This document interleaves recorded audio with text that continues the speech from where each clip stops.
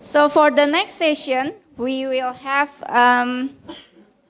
presentation on digital ecosystem in retail with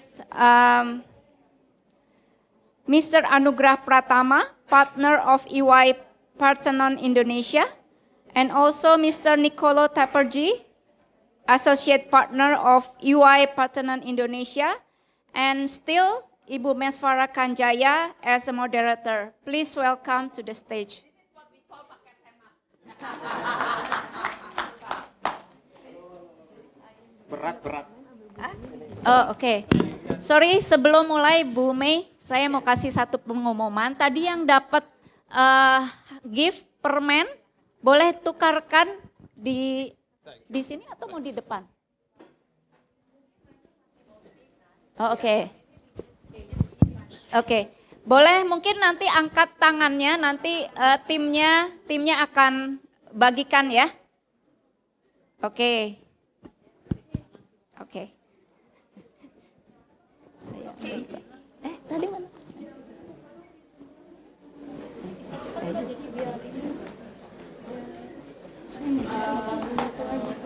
Oke, ini 2. Sorry for a while. No worries, silakan. Yuda is being creative by throwing the candies. Yeah. So get the candy wins the book.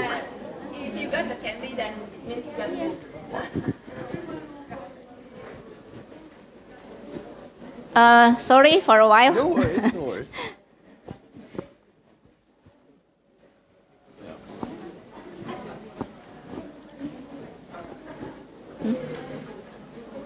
Oh iya.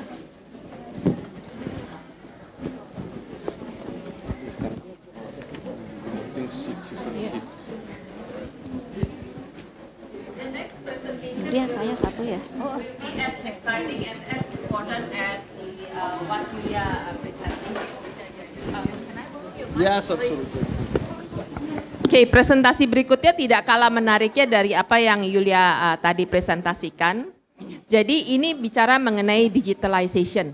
Jadi kalau bapak-bapak dan ibu-ibu lihat very consistent. Mungkin dari franchise, kemudian ke branding, dan kemudian kita bicara mengenai digitalization. Sudah selesai? Masih sibuk tanda tangan? Give us 1 minute. Enggak masalah, Bu. Iya, digital. Nanti pokoknya still kontak aja sama Hipindo. 2 minutes. Oke. Oh, Delami sama Pak Thomas. Ya udah.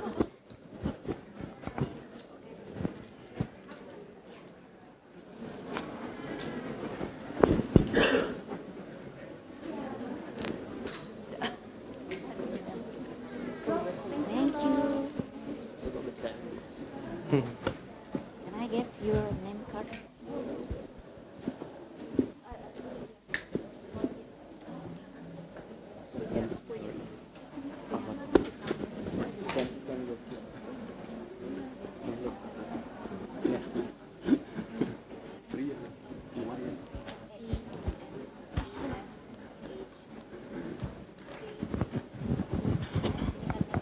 Oke, kita bisa mulai. Mungkin saya perkenalkan, jadi yang hadir pada hari ini itu dari EY. Siapa yang tidak kenal EY? Ini antara tidak angkat tangannya, sibuk mau cari untuk foto, atau benar-benar tidak kenal EY. EY is a very reputable consultancy company, dan kita bahagia sekali pada hari ini bisa mendapatkan kesempatan untuk mendengarkan presentasi dari mereka. Dan EY juga membantu kita untuk memilih pemenang dari berbagai awards yang diberikan oleh Hipindo. Dan sudah disampaikan oleh Bu Fetty juga, EY terlibat dalam pemilihan Entrepreneur of the Year selama berapa tahun Pak? 20 tahun lebih ya, 20 tahun lebih. So reputasi EY tidak perlu dipertanyakan lagi, sudah sangat terkenal. Without further ado, please welcome the 2 gentlemen for presenting digital information and whatever digitalization. Jadi tolong tepuk tangannya untuk bapak-bapak yang ada di depan. Saya akan mundur, so the stage is yours. Terima kasih Bu Mei. Nah ini berat bebannya setelah Yulia tadi ya, sangat apa ya, it's like a show. Jadi saya nikmati sekali sesinya. Nah sekarang the tension is on us ya, the two gentlemen tadi begitu menarik, hopefully masih tetap menarik, jadi masih semangat. Jadi untuk kali ini kami akan coba bawakan, mungkin agak berat temanya ya, digitalization. Digital transformation, digital ecosystem, everything digital in the retail space. Ya. Tapi mungkin sebelum kita mulai, tadi Bu Mei nanya, ada yang kenal EY enggak ya? Jadi kalau ada yang belum kenal, boleh saya minta diputarkan videonya ya. EY itu apa?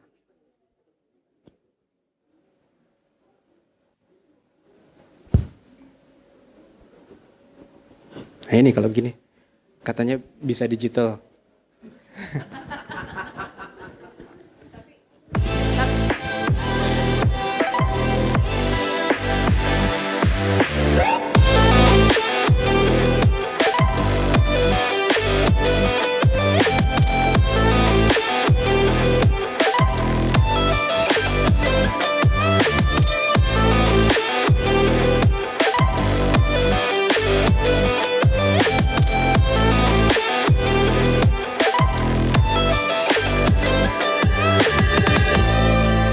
Ya, jadi EY itu one of the big four service firm in Indonesia, in the world. Dan EY itu punya beberapa pilar. Jadi di EY ada 5 pilar. Yang paling terkenal itu EY Audit yang paling besar. Itu yang membantu teman-teman di Hipindo dalam memilih siapa pemenangnya sebenarnya. Award itu karena di antara champion-champion itu salah satu hal yang paling mendasar adalah tentu prudence in their financials. Ya, any business ujung-ujungnya duit. UUD juga ya, itu kita bantu. Kemudian kita ada EY yang namanya EY Tax, jadi juga terkait dengan financial tax. Kemudian kita punya EY Consulting, jadi semua risk management, cyber security, technology consulting, ya ada di sana. Kemudian saya dan Pak Nicolo ini adalah dari EY yang namanya strategi dan transaksi, EY Parthenon. Jadi strategi dan transaksi apa yang kami lakukan biasanya adalah mendevelop the growth strategy of our client. Kemudian kok ada transaksinya? Karena dalam bisnis banyak sekali sekarang yang namanya merger, akuisisi, spin off, carve out. Jadi kalau bisnisnya mau digedein mungkin dijual, bisnisnya mau dibesarin mungkin cari mitra, itu juga bisa menjadi klien kami. Kemudian yang terakhir, pilar terakhir adalah EY Law. Jadi EY juga punya law firm sendiri, bukan law untuk litigasi, bukan law untuk pidana, tapi law dalam konteks transaksi. Kalau mau jual beli perusahaan, mau investasi, itu kita ada arm sendiri namanya EY Law. Jadi mungkin saya perkenalkan, saya Anugrah Pratama dari EY Parthenon, jadi strategi dan transaksi bersama rekan saya, my associate partner Nicolo Tapergi. Saya sendiri sudah hampir 18 tahun membantu berbagai perusahaan untuk their growth aspiration, mulai dari yang kecil sampai yang besar. Ya, Nicolo juga the same thing, ya, more than 12 years of consulting experience, membantu klien-klien kami dalam agenda-agenda yang cukup penting bagi mereka. Oke, next. Next boleh. Ini portofolio kami, juga bisa dilihat di website kami dari EY Parthenon. Ada retail practice, jadi retail menjadi salah satu fokus kami juga. Recently globally kami juga ada di Global Retail Conference yang ada di Barcelona recently. Oke, next. Nah, kenapa digital itu menjadi penting? Nah, ini ada beberapa video excerpt dari interview, ya. Kenapa digital itu penting bagi berbagai macam industri termasuk dalamnya retail. Nah.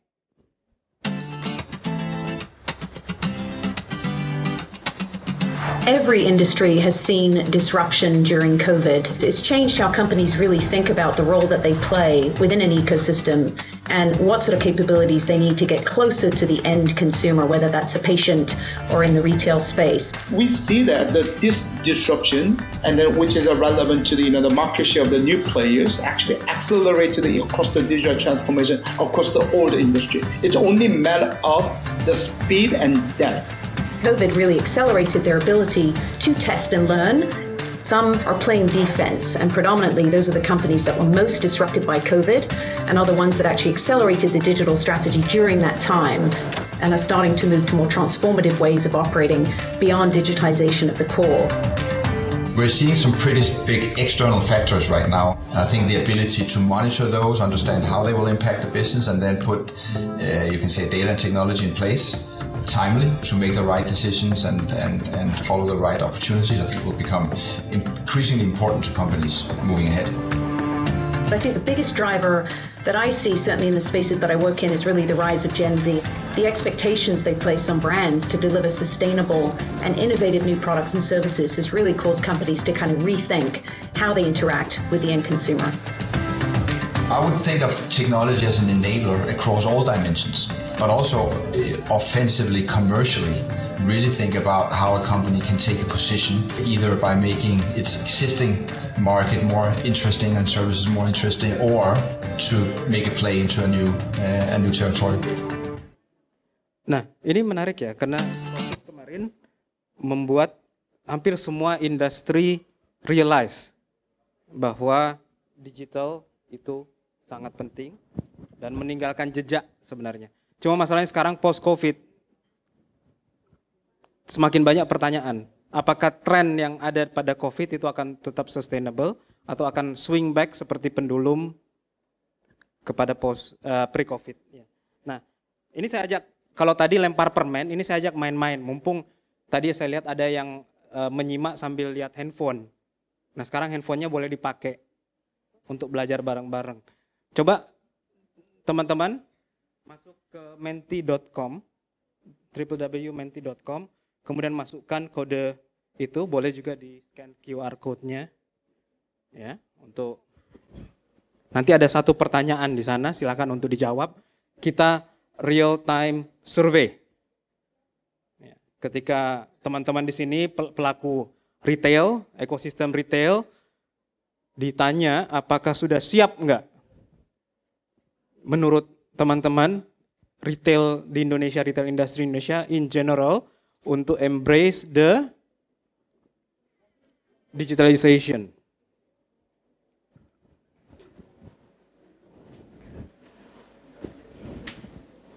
Ada berapa orang di sini ya? Ratusan kan?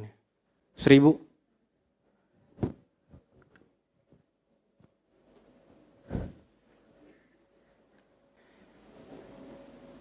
Ini saya akan veto loh, ini hasilnya kalau cuma kayak begini. Kenapa? Artinya nggak bisa main digital. Ya kan? Surveinya digital. Yang ngisi cuma berapa itu? 80 orang. Berapa banyak di sini? Handphonenya dipakai buat apa?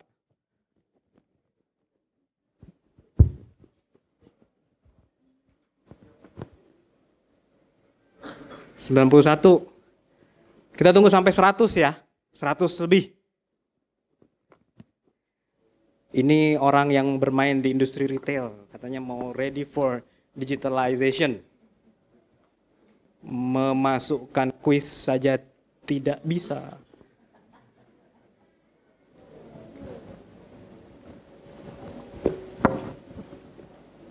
Oke, baru 8 berapa itu? 80. 90. 98, ya. Dikit lagi. Yuk. Kenapa? Internetnya lambat. Ya, itu juga satu impediment for digitalization. Jakarta loh ini ya. Oke? Banyak yang setuju. Ya. 70% lah ya. Kenapa saya minta 100 biar gampang mempresentasikannya. 70-an persen, hampir 80% percaya bahwa ready. Saya mau tanya, siapa yang tadi milih yes? Which one, Nicolo, that you wanna ask? Why? Silakan, paling dekat.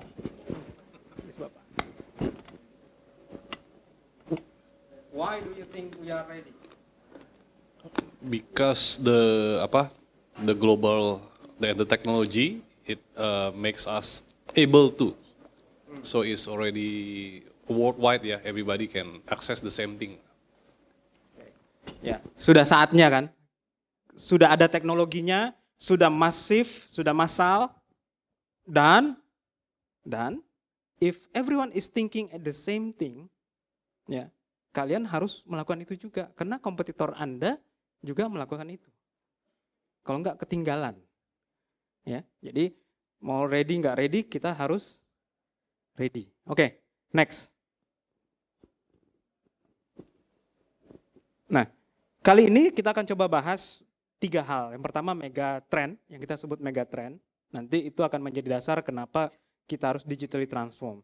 Kemudian nanti Nicolo akan coba bahas the stage, the phases, maturity-nya sampai di mana, kemudian scope-nya seperti apa. Karena nggak semua harus tiba-tiba harus state of the art. Tergantung perusahaan kita, perusahaan kecil, tergantung segmen kita, segmen besar, kecil, siapa, digital savvy atau tidak, ya, dan lain-lain. Kemudian yang terakhir bagaimana, apa itu transformasi digital, apa impediment-nya, dan bagaimana kita bisa overcome around that. Mindset apa yang kita butuh untuk bisa bertransform digital. Next. Oke, lanjut. Nah, post-COVID. Orang belanjanya tetap sama, gitu ya. Yang dicari tetap sama, pakaian, ya, groceries, hardline, softlines itu sama. Tapi ada yang berubah post-COVID dan sekarang orang juga masih bertanya-tanya. Anyone, termasuk kami juga masih melihat swingnya sampai mana. Ya. Banyak yang mengatakan ketika COVID semua terbiasa dengan online. Tapi apakah akan 100% online? Mungkin tidak. Tetap ada yang akan balik. Ya, kita percaya bahwa itu adalah swing. Ya, jadi pertama preference untuk online shopping, tapi tidak boleh dinafikan bahwa ada preference untuk online shopping. Yang di-trigger ketika COVID kemarin itu hype-nya cukup besar. Jadi itu akan tetap ada. Ya, itu satu. Yang kedua, evolving role of stores. Nah, ini menarik. Mungkin ada kawan-kawan yang retailnya itu memerlukan space. Dulu. Perencanaan space-nya dulu sebelum COVID dengan yang sekarang itu sama sekali berbeda. Bukan hanya teman-teman di retail, teman-teman di properti juga masih nanya. Properti itu, gedung kantor misalnya, pre-COVID merencanakan space plan-nya seperti apa, post-COVID merencanakan seperti apa. Orang akan balik kantor 100%, 50% karena sudah kenal flex work, atau karena ada asap polusi kemarin kan, dan harus balik lagi ke rumah. Ya, kalau salah decision, kita katakan everyone will go back to the office, itu akan waste of space. Nah sama, yang dihadapi teman-teman retail juga saya kira sama, terutama teman-teman yang dulu memanage physical store. The question is, masih butuh space yang seperti itu? Kalau iya, dipakai buat apa? Mungkin penggunaannya berbeda. Dan itu memang betul. Globally, tendensinya adalah repurpose sebenarnya. Evolving role of store. Mereka yang sudah terlanjur login dengan suatu lokasi, ya, ada fixed cost-nya, itu mulai berpikir gimana nih? Orang katanya senang untuk belanja online, nggak datang ke kita. Mana? Apa mau dijadikan tempat pameran? Mau dijadikan tempat seminar? Atau dijadikan apa? Ya, evolving role of stores. Ya. Kemudian yang ketiga adalah data analytics. Transaksi-transaksi, behavior yang di-capture secara online itu cukup banyak data. Your behavior. Jadi as much as possible, mulai dari sisi customer sampai dengan sisi supplier-nya, itu benar-benar di-capture dengan data. Kalau kita belajar retail, kan ada beberapa fundamental, kan customer experience, assortment, ya, supply chain-nya, ya, itu benar-benar digunakan data untuk optimalisasi. Itu tendensinya, trennya. Bapak tadi betul, bahwa the technology sudah available untuk melakukan itu. Teknologinya sendiri sudah didemocratize. Bisa dilakukan oleh banyak orang. Sehingga kalau kita nggak melakukan itu, kita akan ketinggalan. Ya. Kemudian increasing use of advanced technology. Teknologi itu berkembang terus. Ya. Sekarang sudah ada Web3. Semalam lucu, saya juga agak nggak percaya. Ada yang nanya ke saya, tim ses salah satu capres. Bukan jualan retail, jualan capres. Nanya, how do you think kalau kita kampanye di metaverse? How do you think kalau anak muda itu dikasih NFT? Itu saya belum jawab. Saya bilang saya berpikir over the weekend. Saya coba jawab efektif atau enggak kampanye. Tapi mereka melihat dari teman-teman yang ada di retail sebenarnya. Mereka melihat beberapa retail-retail yang berhasil catch Gen Z itu justru karena ada virtual, ada metaverse, dan yang lain-lain. Ya, oke, next. Nah, preference for online shopping. Ini yang saya sampaikan tadi.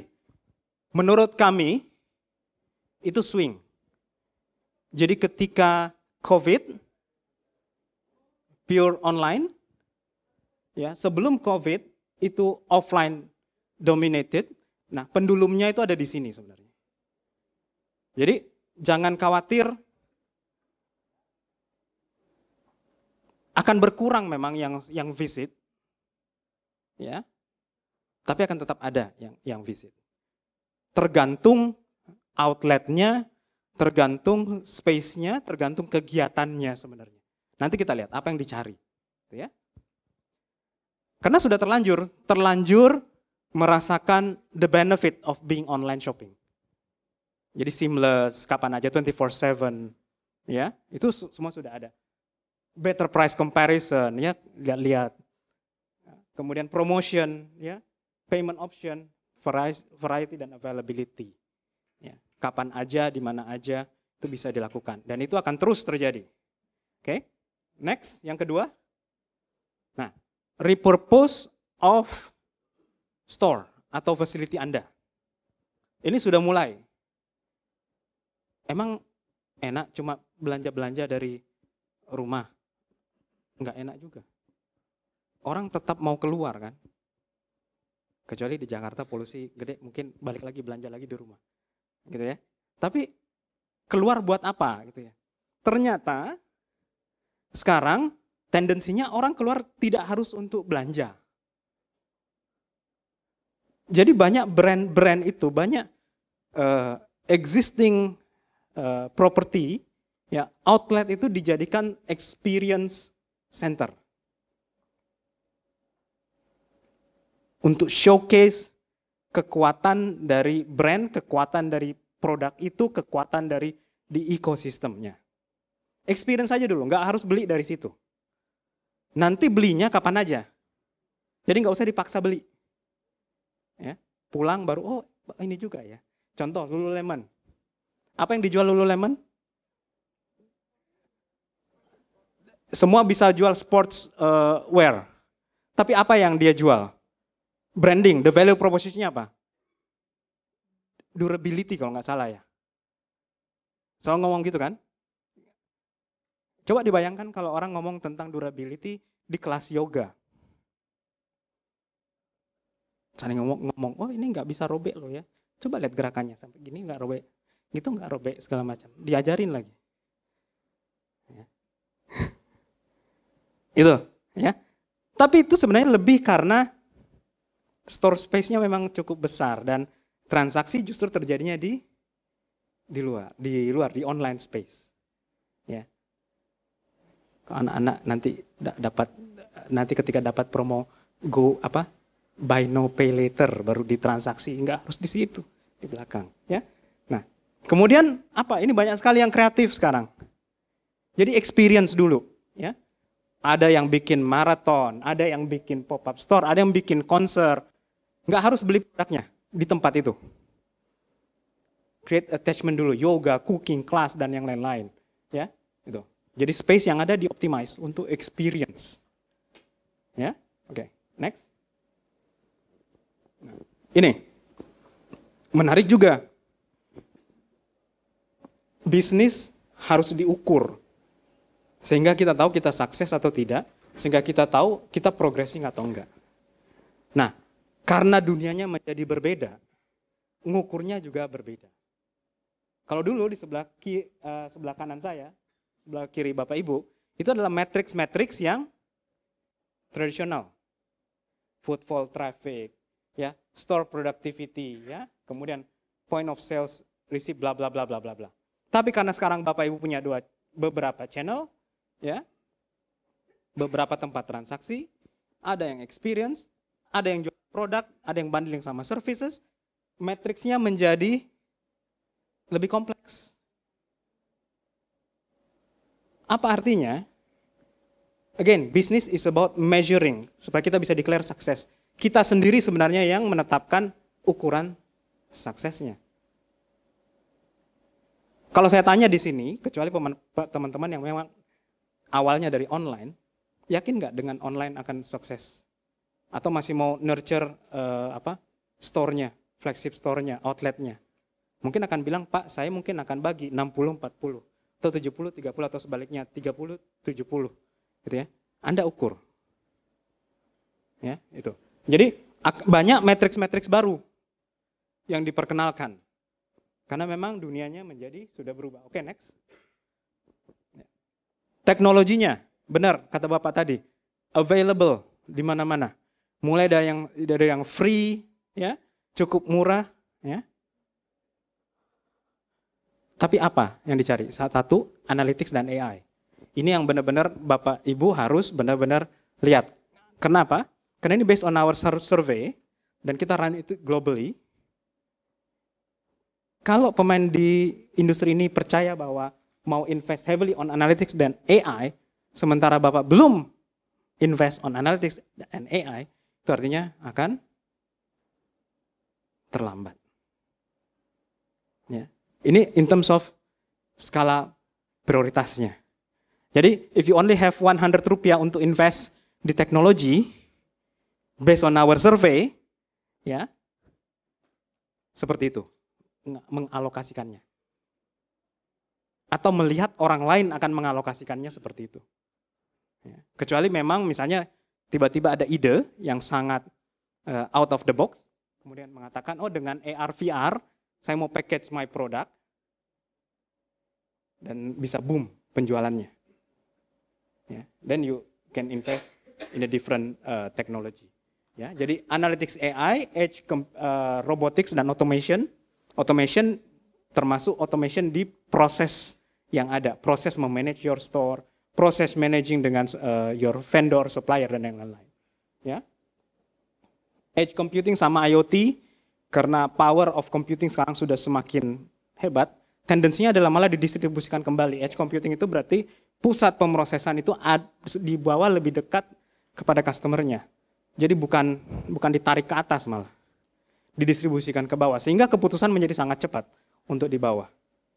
Ya. 5G itu adalah really depends on the government, kemudian ini ya. Tapi dipercaya bahwa 5G akan menjadi glue of all, the enablers of all this technology. Oke, lanjut. Nah, ini ada contoh betapa seamless, kalau mungkin teman-teman pernah lihat yang Amazon, ya, sangat seamless, boleh dilihat. 4 years ago, we started to wonder, what would shopping look like if you could walk into a store, grab what you want, and just go? What if we could weave the most advanced machine learning, computer vision, and AI into the very fabric of a store so you never have to wait in line? No lines, no checkouts, no registers. Welcome to Amazon Go. Use the Amazon Go app to enter. Then put away your phone and start shopping. It's really that simple. Take whatever you like. Anything you pick up is automatically added to your virtual cart. If you change your mind about that cupcake, just put it back. Our technology will update your virtual cart automatically. So, how does it work? We used computer vision, deep learning algorithms, and sensor fusion, much like you'd find in self-driving cars. We call it Just Walk Out technology. Once you've got everything you want, you can just go. When you leave, our Just Walk Out technology adds up your virtual cart and charges your Amazon account. Your receipt is sent straight to the app, and you can keep going. Amazon Go. No lines, no checkout. No, seriously. Ya, tapi konsep itu berhasil nggak di Indonesia? Nggak tahu. Nggak tahu. Orang kadang-kadang pergi ke ini buat ngerumpi kan sambil ini. Ya, jadi bisa dipikirkan ada beberapa konsep yang kita coba sajikan tadi. Nah, yang kedua adalah tentang the maturity. Jadi kalau ada yang berbicara Web3 dan segala macam, apakah saya harus langsung masuk ke metaverse Web3? Belum tentu. Ya. Nanti I'll leave Pak Nicolo untuk menjelaskan kira-kira buat kita cocok yang mana ya. Thank you, Pak Nugra. Hello everyone. So this was not intended as a commercial for Amazon. But Amazon is probably one of the most successful player in terms of evolution of digital, and they actually are at stage D. We call it a digital ecosystem. So, can every company or can any company in retail actually match what Amazon does? Well, they're really, really far ahead, and they actually managed to build not only a retail company but the whole system of things around them, which enables them to do something like that. But they are really, let's say, at the moment at the forefront of the digital innovation. So walking back, we're basically looking at what are the stage of digital innovation. So we talk a lot about digital, but I think we're still probably need to categorize what does it mean and what are the different stages that, that companies will go through. You can look at this chart in terms of a sort of a timeline. And everything started probably in the 2010 with e-commerce, where basically this platform has been actually developed and retailers for the first time could actually get into this platform and start selling online. That is stage one. And currently, it's still there in the sense that there is Tokopedia, there is several other platforms, Amazon itself, but basically platform where individual retailer can log in, can set up and sell their products. It is an additional channel to offline. How does this change and has been changing over time? And of course, some companies are still stuck in the e-commerce stage, but times will change and the market is moving toward a higher level of integration, a different level of evolution. The second stage, we call it direct to customers, when actually companies can actually engage and sell directly to customers through their own platform, providing their own logistics, and actually having direct access and the communication with customers. This was never been available before, as there was always an intermediary as third-party platforms. Direct to consumer means that you can actually reach those customers directly. Moving on, so we do have the offline, we do have e-commerce, we have direct to customers. Those are three different channels.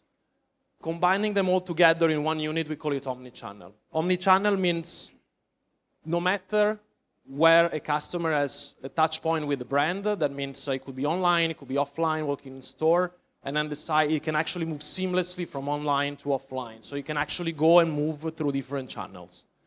This is done seamlessly, and the company is able to track these movements of the customer and actually ensure that there is consistency in terms of service level, pricing, and so on and so forth.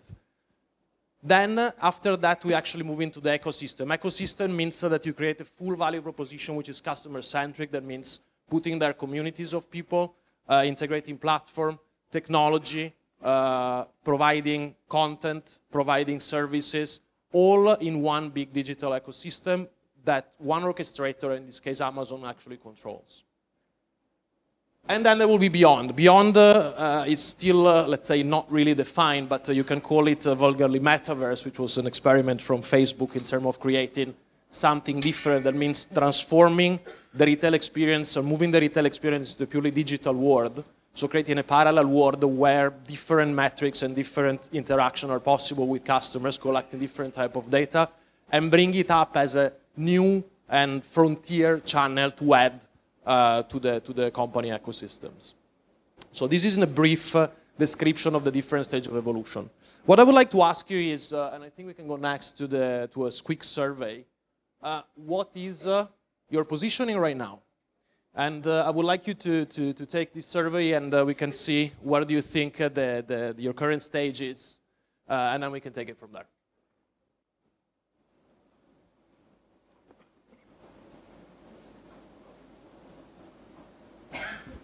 The result page. Oh yeah, sorry.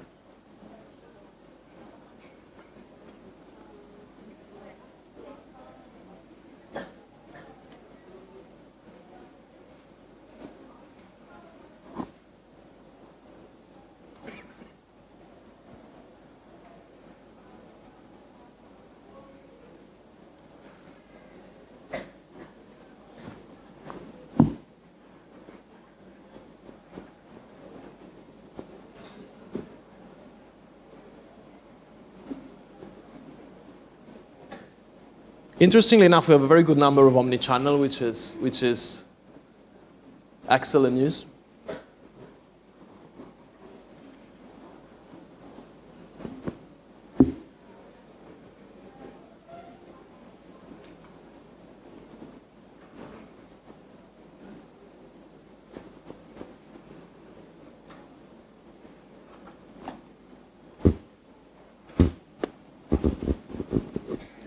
Brilliant. I think we have about 50 plus respondents.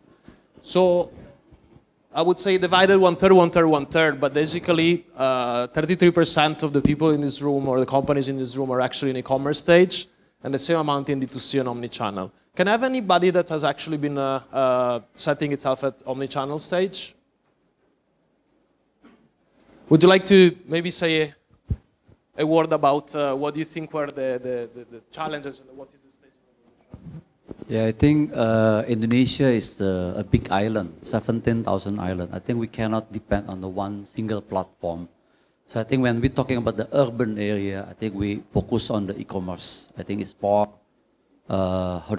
is suitable for the target audience. But when you go to outside of the island, I think the physical transaction is still more important for them, since the infrastructure is not ready yet. So we have to combine between the physical and the online.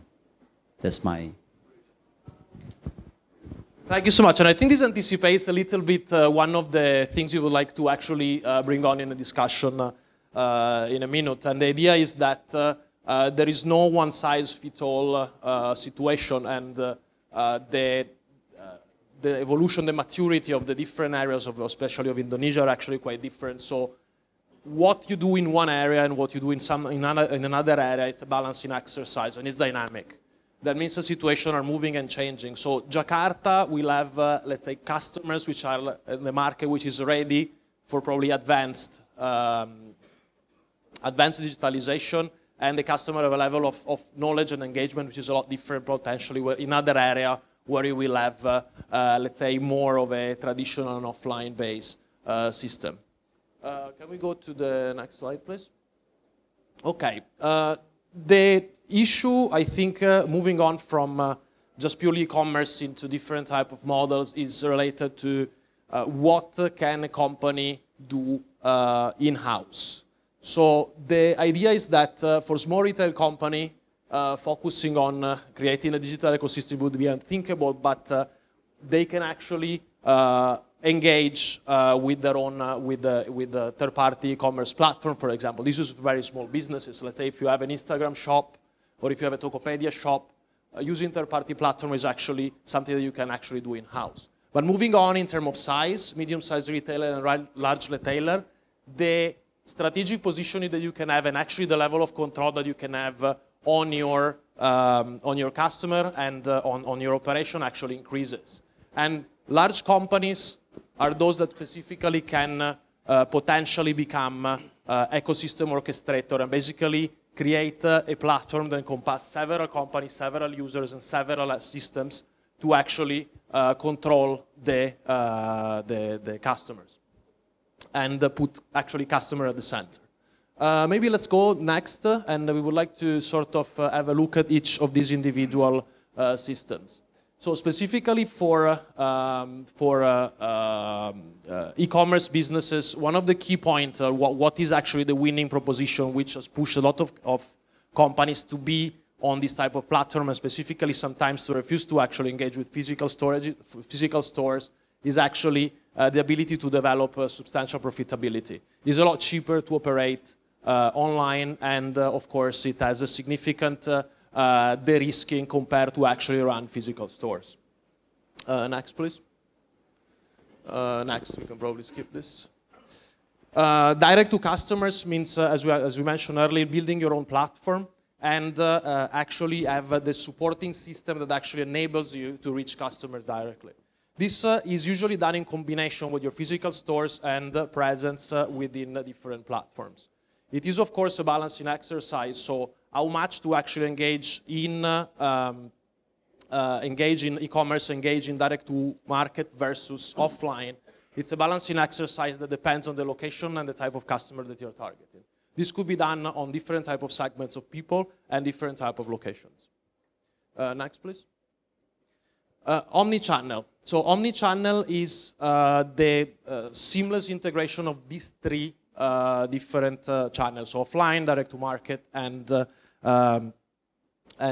e-commerce. What is the difference of omnichannel versus the other type of channel, the other type of systems? It is a matter of being able to manage the customers across different platforms in a seamless way. That means, what would be your KPIs in an omnichannel situation when there is no difference between e-commerce or offline sales? How are you going to define success for your company in terms of acquisition cost, for example, if the customer moves around? This is one of the, let's say, most difficult elements when you actually try to evolve an omnichannel system versus a multi-channel system. The idea is that all the KPIs of the company should change. Acquisition costs should be actually measured across all channels. Conversion rates should be managed all across channels because the customer will actually have different touch points throughout the customer journey process. Next, please. So in terms of digital ecosystem, so basically we actually have touched the omni-channel. What is the next stage of evolution? The next stage of evolution is creating not only a system which has the purely traditional retail, but adding on content, adding on additional digital tools, adding on different companies and partnering. Amazon, as we saw earlier, is actually the one of the key players in this industry, and is actually the one that actually managed to reach a level of evolution and perfectly creating a very strong digital ecosystem. Companies can choose to be part of a digital ecosystem or to actually be the orchestrator of this digital ecosystem. And frankly speaking, there is several companies in Indonesia which have the right size and the right assets to actually start to become the orchestrator. I think this is just a quick, in the interest of time, this is just a quick overview. I think, Pak Nugra, if you would like to have the closing remarks on the third section. But I would like to run the Menti of TikTok Shop. Ini pertanyaan pesanan sih dari Bu Moderator sih. Tapi menarik loh, enggak, ada pesannya justru. Ada pesannya. Jadi siapa yang percaya? Karena ini menarik. Orang sudah jauh-jauh membahas tentang ekosistem. In China, in the last year, video commerce itu rise 286%. Padahal in our framework, video commerce itu ada in the very basic one sebenarnya. Masih dianggap sebagai e-commerce. Jadi ini ada apa ini? Atau lagi pada belanja di TikTok Shop?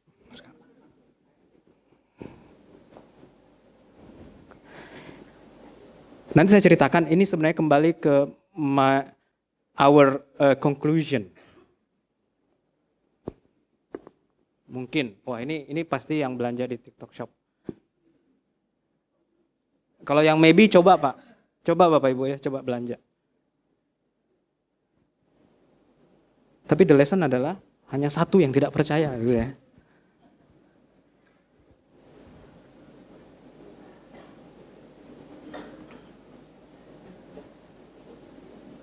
Ya. Jadi Ini kayaknya mau ditunggu juga, nggak bakal sampai ke atas, nggak bakal surpass itu. Ini juga lama ya. Jadi rata-rata percaya. Nah, apa pelajaran from TikTok Shop and Shopee? From Nicolo's framework itu justru balik lagi ke bawah, gitu ya.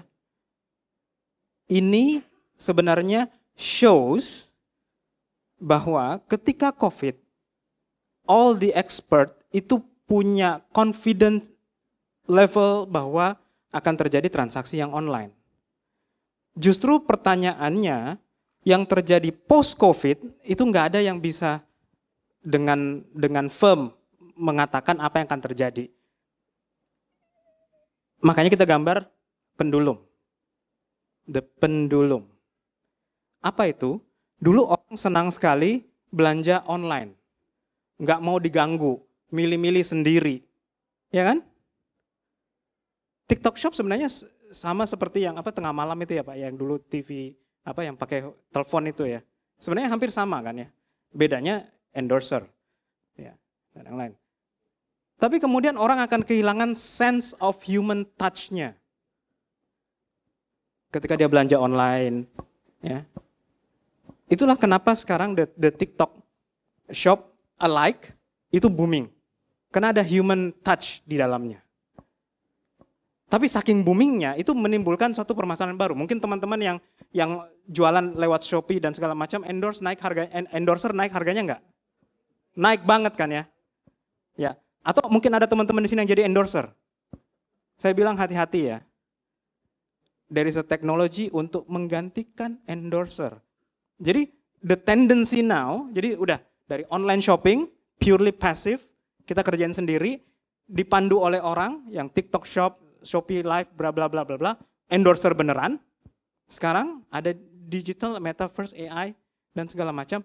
Endorsernya itu dibuatkan, it's an artificial endorser tapi dibuat hidup. Sudah ada loh endorser yang jualan alat olahraga kemarin itu bukan gimana manggilnya, she atau it. It is not the celebrity. It's a fake celebrity. Ya, jadi para endorser mumpung lagi hype-nya, manfaatkan sebesar-besarnya sebelum robot-robot itu menggantikan Anda. Jadi sudah sangat halus, barely kita bisa ini. Dan in the social media, the brand bisa dibuild. Yulia tadi mengatakan gitu kan. Jadi a virtual persona itu bisa dibuild di social media. Ketika dia boom, as a persona, as a celebrity in a social media, dia bisa dipakai untuk endorse. Tapi dia adalah robot, is a machine. Jadi tendensi akan ke sana.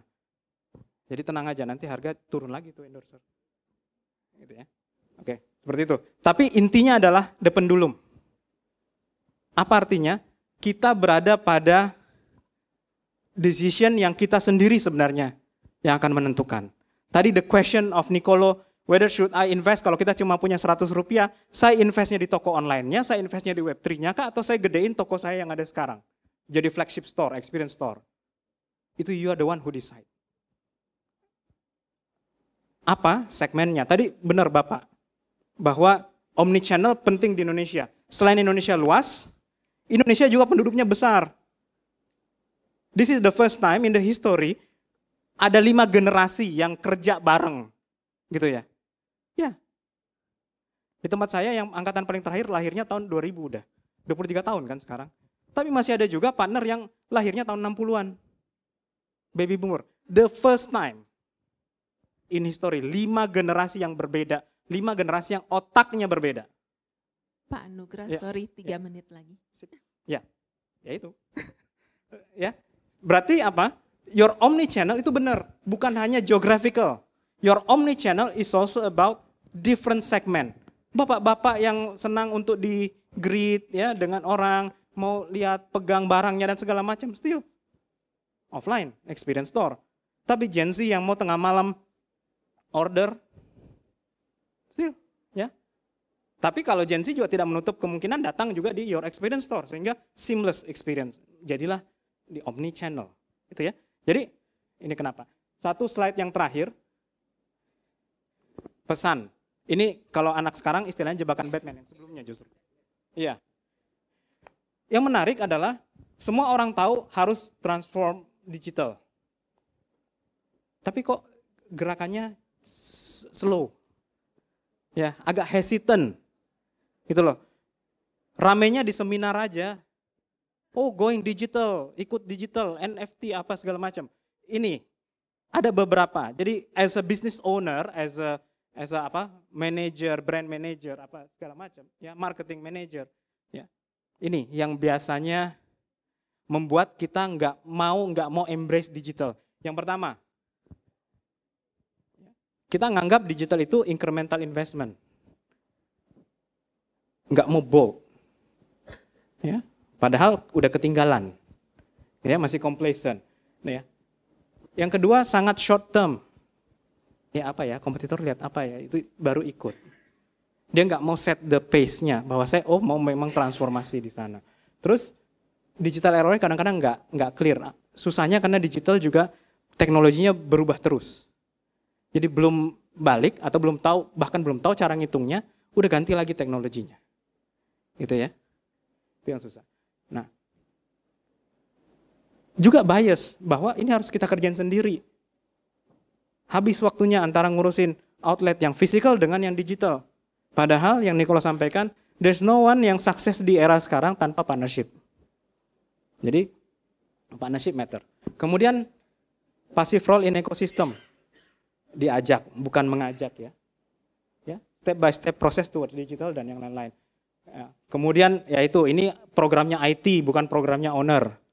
Itu ya.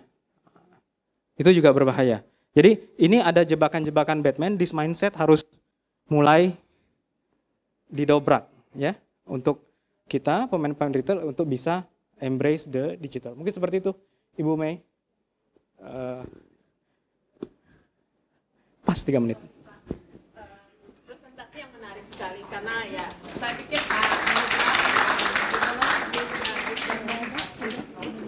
apa yang Pak Anugrah sampaikan tadi, suaranya apa yang Pak Anugrah sampaikan tadi, udah Pak, itu tepat sekali. Kita bicara digital tapi cuma di seminar ya Pak ya. Habis itu saya juga gitu sih. Jujur, habis itu begitu mau invest, oh ini investment lebih ke IT. Nah karena waktu, so sorry tidak bisa diberikan kesempatan untuk tanya jawab, tapi saya pikir Pak Anugrah tadi telah merangkum dengan sangat baik sekali di akhir slide-nya, presentasi yang sangat menarik. Saya pikir mungkin kita harus adakan sesi terpisah Pak. Ini in EY Indonesia website itu ada profil saya, jadi reach out to me. Juga saya punya, kan tadi sebelum itu brand marketing, ada yang brand marketing and communication kami, silakan reach out untuk pertanyaan lebih lanjut, nggak masalah Ibu. Terus terang saya baca materinya aja sampai 3 kali masih pusing. So, saya udah bawain 3 kali juga masih pusing juga. Gitu ya Pak ya. Oke, thank you Pak Anugrah, Nicolo, very good presentation. Terima kasih.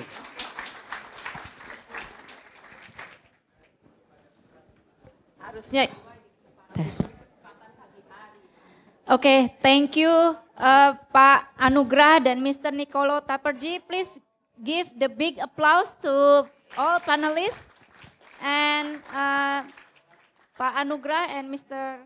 Nicolo, please stay in front of the stage. And I want to invite Ibu Fetty Kwartati to hand over the souvenir.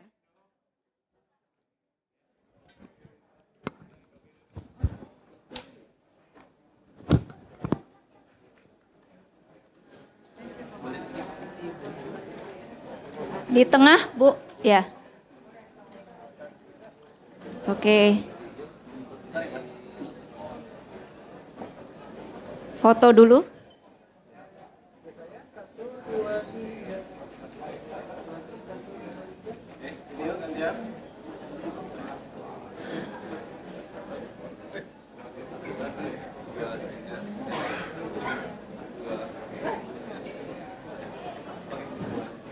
Okay, thank you once again. Please give a big applause to all panelists.